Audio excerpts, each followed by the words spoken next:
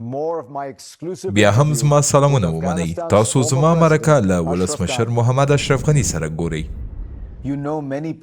تاسو پوهیږئ چې زیات کسان تاسو او د ولسمشر زلنسکي ترمنځ مقایسه په لاره اچولې او وایي چې زلنسکي پاتې شو او ولې تاسو خپل هیواد پرېښود. دغه مقایسه باید له 2014 کال څخه تر 2021 کال پورې ترسره شي او موږ د زیاتې مودې لپاره چې تقریبا 42 کاله په جګړه کې وو، زموږ درد زیات و او زموږ خلک له مړینې څخه خسته شوي وو او زموږ خلکو غوښتل چې دغه وینې او جګړې ودروي. دوهم، ولسمشر زلنسکي د روسیې د ځواکونو له دغه حملې څخه د CIA سازمان لخوا په بشپړه توګه خبر شوی و، ولې زموږ متحدینو حتی یو کاغذ هم موږ ته راونه ښود. بله مقایسه دا ده چې اروپا هغوی سره ودرېده. د ناټو ټول غړي، د امریکا متحده ایالات، استرالیا او نور هیوادونه د اوکراین په خوا متحد شوي وو او دا د 1990 کال په شان کله چې شورویانو په افغانستان کې حمله وکړه او وروسته بیا د نړۍ زیات هیوادونه زموږ سره ودرېدل او زموږ بریا یې ولمانځله. ولې دا 2021 کال دی کله چې د امریکا او نورو هیوادونو شتون په افغانستان کې پای ته ورسېد او دا یو عجولانه تصمیم و او خلکو به هر کله پوښتل چې آیا بیا به هم یو بل منځنۍ جګړه پیل شي؟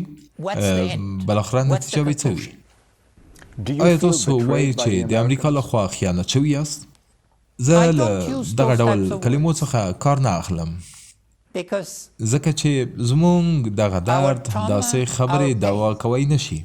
موږ باید پر هغه شي باندې تمرکز وکړو چې زموږ پر مخ کې دی او باید له تیرو څخه درس واخلو او دغه درس واخلو چې فریب له یو ولسمشر سره کومه نتیجه پای کې لري.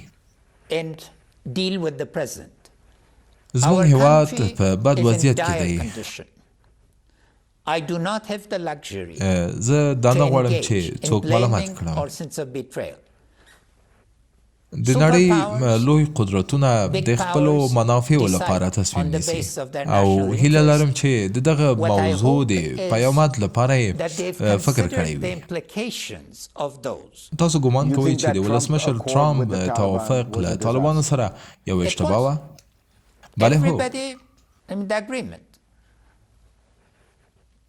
موږ مجبور وو چې افغانانو ته د سولې په پروسې کې نقش ورکړو او موږ دغه پروسه د لومړي ځل لپاره جوړه کړه. اوربند ته یوه کتنه وکړئ چې د دسمبر د میاشتې په ارزیابي کې هم ویل شوي وو چې په وروستیو 18 کلونو کې دومره ستر فرصت د یو توافق لپاره نه و جوړ شوی او وروسته د سولې پروسې صلاحیت په بشپړ ډول له افغانانو څخه واخیستل شو او موږ د مذاکرې له میز څخه کاملا پر شا شو او د سولې پروسه ډیره ناقصه وه. ویل کېده چې طالبانو تغییر کړی دی او دا ټول یوه دوکه وه او موږ هیڅکله بحث ته ونه بلل شو. کله چې په 2019 کال کې تاسو له ما سره مرکه درلوده، وروسته کله چې ولسمشر ټرامپ غوښتل چې د افغانستان لپاره خپله ستراتیژي اعلان کړي، هغه وویل چې دغه توافقنامه د شرایطو په اساس باندې استواره ده. په 2019 کال کې وزیر پومپیو دغه توافقنامې ته لاره خلاصه کړه چې بالاخره د فبروري په میاشت کې امضا شوه او دغه یو مشروطه توافقنامه وه، خو د دغې توافقنامې هیڅ بند اجرا نه شو او د دې ترڅنګ چې بندونه اجرا نه شول، زموږ همکار د امریکا متحده ایالاتو حکومت زموږ سره په توافقنامې کې زموږ مقابل طرف ګرځېدلی و. هر ډول فشار څخه یې کار واخیست چې موږ 15,000 مجرمین آزاد کړو. راځئ چې د راتلونکي په اړه ووایو. تاسو وویل چې هیواد د بحران خواته روان دی. آیا ولسمشر بایدن به له طالبانو سره مرسته وکړي چې لکه څنګه چې تاسو پوهیږئ چې طالبان د نړۍ له سترو انتقاداتو سره مخامخ دي او لکه څنګه چې تاسو پوهیږئ دغه مرستې مشروطې دي د بشر ټولو حقوقو ته درناوی په دې هیواد کې. ستاسو په اند امریکا به څه کار وکړي؟ په حقیقت کې طالبان تقسیم شوي دي. هغوی قدرت انحصار کړی دی. ځوانانو ته باید فرصت ورکړل شي ولې لیدل کېږي چې هیڅ توجه ځوانانو ته نه ده ترسره شوې. هغوی باید زیات بحثونه وکړي تر څو د هیواد سمې لارې ته رهنمایي کړي. زه غواړم چې اروپا او نورو هیوادونو ته دا ووایم چې زه له امریکا سره نه غواړم تنشته مخه کړم. که حقیقت ته وګورو زما هدف د نړۍ یا برقدرتونه دي چې هغوی باید په یو میکانیزم کار وکړي چې د افغانانو د ازادۍ سبب وګرځي او هغوی ته مرسته وکړي تر څو هغوی خپله لار غوره کړي او خپله افغانستان ودان کړي.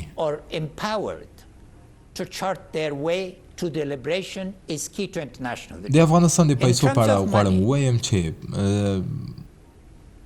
هغوی باید د هیواد بازارونو کې کارونه ایجاد کړي چې له دې لارې کولی شي د شعراو او کورنیو ته بېوزلو مېرمنو ته نفقه تامین شي.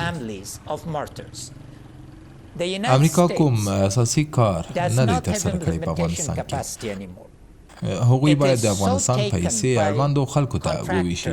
کومې پیسې چې مخکې افغانستان ته ورکول کېدې تر 90% پورې د خارجي قراردادیانو لخوا مصرف کېدې چې له هغو څخه تر 40% پورې به هغوی ترلاسه کولې. نو دغه پیسې افغانانو ته هیڅکله نه رارسېدې.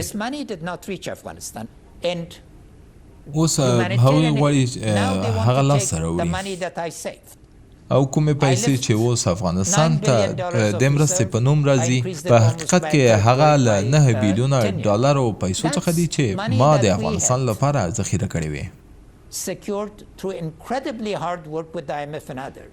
که سږکال له دغه پیسو څخه دغه مرستې ترسره کړئ بل کال به له کومه حسابو څخه دغه مرستې ترسره کړئ. موږ باید بیا ځلې خپل مسؤلیتو ته یوه کتنه وکړو. افغانستان د یوې څلور لارې په شان دی او دا د اسیا زړه دی. ولې بدبختانه باید ووایم چې اوس د برقدرتو رقابت دومره پیچیده ده چې افغانستان نه پرېږدي چې خپل اقتصادي محور باندې ورڅرخېږي.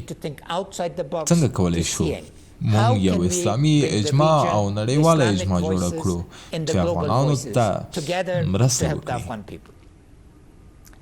او تاسو د خپل شخصي راتلونکي په اړه څه وایئ؟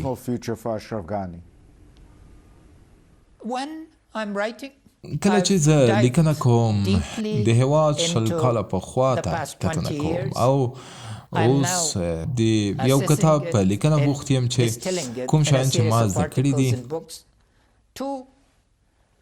د افغانانو یو نامعلوم سرنوشت و او اوس په یو کتاب کار کوم چې د ټولې نړۍ بې سرنوشتي څېړي.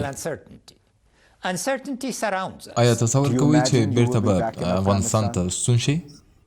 هیله مند یم ډېر زیات. هغه زما کور دی. زه په یوې کورنۍ پورې تړاو لرم چې تقریبا 500 که 600 کاله په یوې کلي کې شتون درلود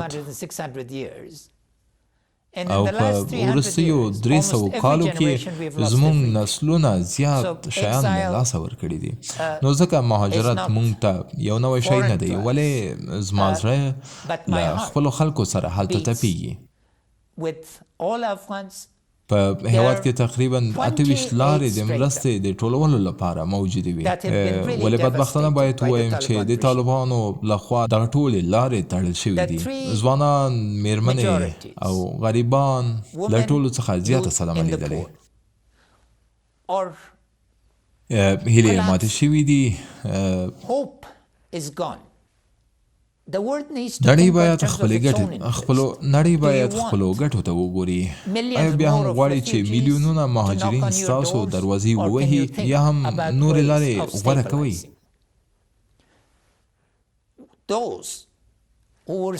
هغوی چې ویلې طالبانو تغییر کړی دی، طالبان اړتیا لري چې راوګرځي، د ټولنې غېږې ته اړتیا لري چې هغوی ومنل شي، او له یاده باید ونه باسي چې هغوی زیاته صدمه لیدلې. او بدبختانه باید ووایم چې غچ اخیستنه اوس مهال هغوی کې زیاته شوې ده، او یاد کار هغوی لا زیات ماتوي.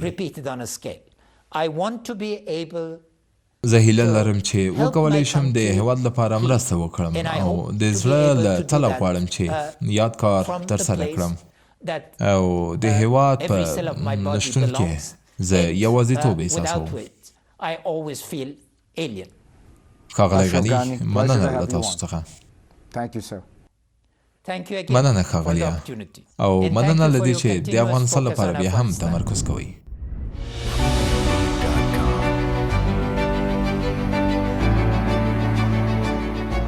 سیتیوال میدیا را دنبال نمایید.